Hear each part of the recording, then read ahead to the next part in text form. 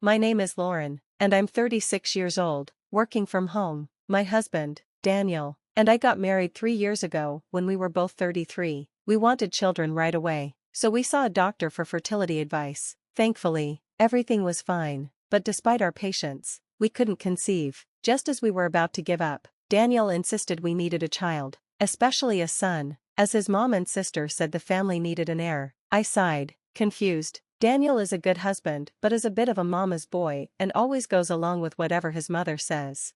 I don't have the best relationship with my mother-in-law. Daniel is her oldest son and has a younger sister who left home early because their mom always favored Daniel, since his job often requires moving. He was working near his parents' home when we married. He warned me he might get transferred, but I thought I could live anywhere as long as we were together. However, when we rented a house near his parents, my mother-in-law frequently came over, even on his days off or while I was working from home. She'd often criticize how I cleaned or did laundry, which was incredibly frustrating. She also kept asking when we'd have a child, saying it needed to be a boy and not a girl. I tried to explain how stressful her visits were, but Daniel would just say, "She's trying to get along with you," which wasn't helpful.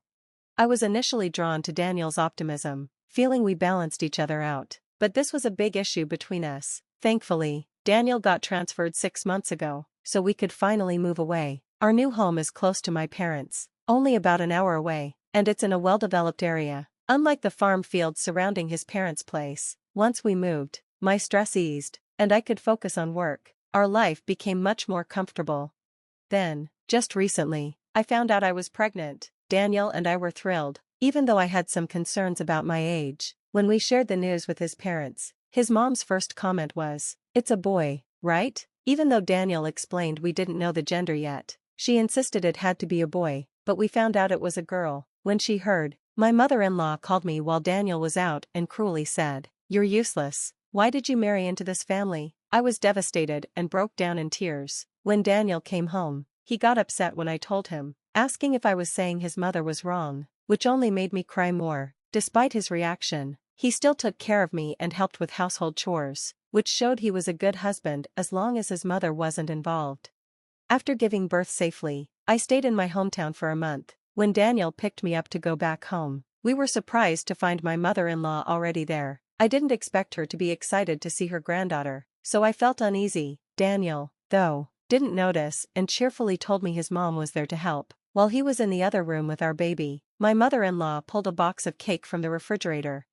"This is to celebrate your childbirth," my mother-in-law said, handing me a cake box with a smug smile. "I'm sure you didn't get to enjoy any good food out there in the countryside during your recovery." Her words were irritating, but I tried to let it go. Then, she added, "This cake cost $500. I was shocked. I'd never heard of a cake that expensive. Curious, I put the box on the table and opened it, but the smug expression on her face felt strange. When I opened the box, I was disappointed. The cake didn't look like anything worth $500. The whipped cream was dried out, and while there were fruits on top, they were just canned oranges. I wondered which bakery would sell such a cheap-looking cake for so much money. I usually love sweets and enjoy cakes of any kind, but this was the first time I'd felt disappointed just opening a cake box. Then, my mother-in-law smiled and asked, "So, how's the $500 cake?" I felt my patience snap. I threw the whole box and the cake straight into the trash. "Please leave," I shouted. My husband rushed in, hearing the commotion. Before I could explain, my mother-in-law started crying, saying, "Lauren is being so mean," and pointed to the trash can. My husband looked inside, furious. "What the hell did you do?" My mom went through all the trouble to make that cake. I didn't get the chance to tell him about the so-called $500 cake. My mother-in-law quickly added, "Yes, that's right. I made it, so it's worth $500. Everything suddenly made sense. She had made the cake herself, and there was no way it would cost $500, not even $5. As I was taking this in, my husband yelled, "Lauren, apologize to Mom." I realized he would always take her side, no matter what. Standing there in shock, I heard our daughter crying in the other room, so I went to comfort her. When she finally calmed down, I came back to the living room and found a note. They had gone out to eat and said I should reflect on my actions.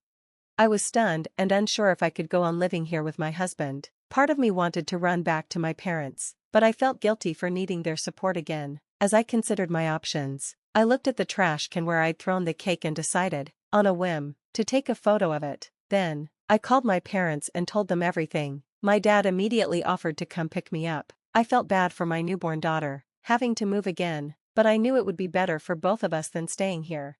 My husband, who'd gone out with his mother, didn't come back quickly. My dad arrived first, and while he was loading my things into his car, my husband and mother-in-law finally returned. They were both surprised to see my father there, and got angry when they saw him carrying my belongings. Running back to your parents again, huh? My husband sneered. You run to them every time there's a problem. His tone was harsher than usual, and he smelled of alcohol. His face flushed. Seeing him like this, I lost my temper. You went drinking, leaving me and your newborn daughter alone at home? I replied angrily. Right now, I don't want to be anywhere near you two, so yes, I'm relying on my parents. My mother-in-law, also smelling of alcohol, chimed in with a mocking tone. Good riddance. We don't need a daughter-in-law like you. Her comment got under my skin. Fine, I'll take my daughter and go, I shot back. Enjoy your time with Daniel. My husband looked confused, but I ignored him and got into my father's car. My dad kept calm and didn't say much, though I could tell he was holding back his own emotions. The next day, my husband called, sounding confused. Where are you? I was shocked when I woke up and you were gone. I sighed, remembering that he tends to forget things when he drinks. Don't you remember? You left me and our hungry daughter at home to go out drinking with your mom. After how you two treated me, I couldn't stay there. He sounded surprised and flustered, but I could hear my mother-in-law in the background, which reignited my anger. So, your mom stayed over? I won't return to a home where such a rude person is staying. What do you mean? He asked, his tone shifting. She might be your mother, but she's a stranger to me. I'm exhausted from giving birth and don't have the energy to put up with her anymore. Do you even realize she was part of the reason we struggled to get pregnant? Her constant visits stressed me out. The moment we moved away, I got pregnant, but when I came home with our daughter, your mom was there again. I just can't take it. I knew my words were harsh, but I couldn't hold back after everything I'd been through. Then, my husband shouted over the phone, "You're the worst. Come back right now and apologize to my mom." I was shocked and didn't know if I could continue living with my husband. I thought about going back to my parents, but I felt torn. I had no other place to go. As I stood there, I glanced at the trash can where I had thrown the cake. It was still there, untouched. On a whim, I took a picture of it. When I called my parents and told them everything, my dad said he'd come pick me up right away. I felt bad for my newborn daughter, having to move again, but I knew this was better for us than staying in that toxic environment. My husband, who had gone out for a meal with his mother, didn't return as quickly as I expected. My dad arrived first, and as he was loading my belongings into his car, my husband and mother-in-law finally came home. They looked surprised to see my dad and got angry when they saw him carrying my things. Running back to your parents again? My husband sneered. You just run to them every time something goes wrong. His words were unusually harsh, and he smelled of alcohol, his face red. Seeing him like that, I couldn't hold back anymore. You went drinking, leaving me and your newborn daughter alone? I said, furious. Right now, I don't want to be anywhere near you two. That's why I'm relying on my parents. Then my mother-in-law, who also smelled like alcohol, added, good riddance. We don't need a daughter-in-law like you. Her comment cut deep, and I snapped. Fine, I'll take my daughter and go. Enjoy your time alone with my husband, Daniel. My husband looked confused, but I ignored him, got into my dad's car, and left. My dad kept his emotions in check and didn't get involved. The next day, my husband called, sounding surprised. Where are you? I woke up and you were gone. I sighed. Don't you remember? You left me and our hungry daughter to go out drinking with your mom. After how you two treated me, I couldn't stay there. He seemed shocked and flustered, but I could hear my mother-in-law in the background, which made my anger flare up again. So, your mom stayed over? I said, I won't return to a home where someone that rude is staying. What do you mean? He asked, sounding defensive. She might be your mother, but she's a stranger to me. I just gave birth and don't have the energy to deal with her. Don't you realize she was part of the reason we couldn't get pregnant sooner? Her constant visits stressed me out. As soon as we moved away from her, I got pregnant, but when I came back with our daughter, there she was again. I can't stand this. I knew my words were harsh, but I couldn't hold back after everything that had built up. My husband then yelled over the phone, "You're the worst. Come back right now and apologize to my mom."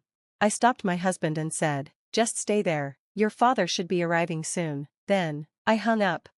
In reality, my own dad was so furious about how my husband had treated me that he contacted my in-laws directly. He explained everything that happened, and my father-in-law, who didn't know the full story, apologized repeatedly and promised he'd go talk to my husband about it. By evening, my husband and in-laws showed up at my parents' house.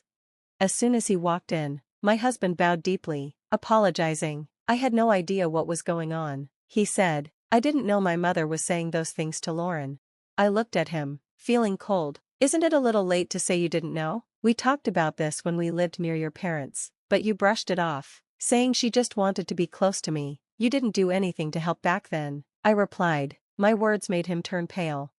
"And you always told me that your mom insisted we have a son," I continued. "Are you planning to keep following everything she says? Since you chose her over me, maybe you don't really need me at all."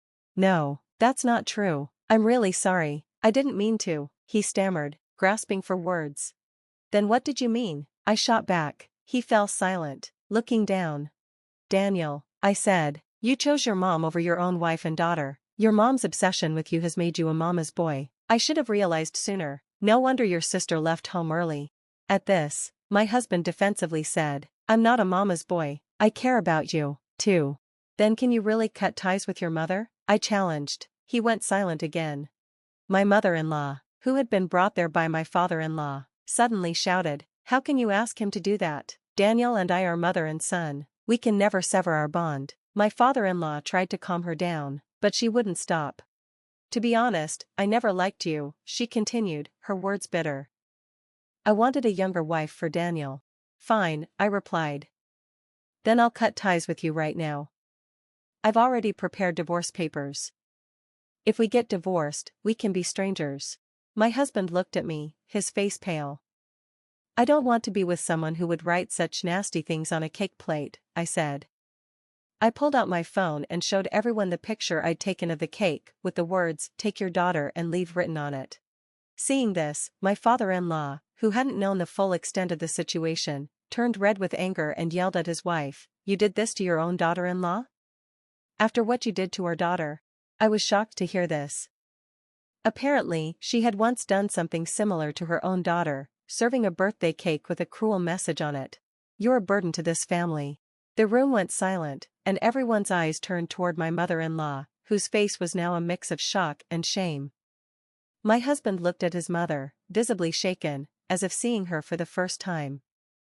My father-in-law was horrified, clutching his head as if grappling with the realization of just how deep her cruelty ran.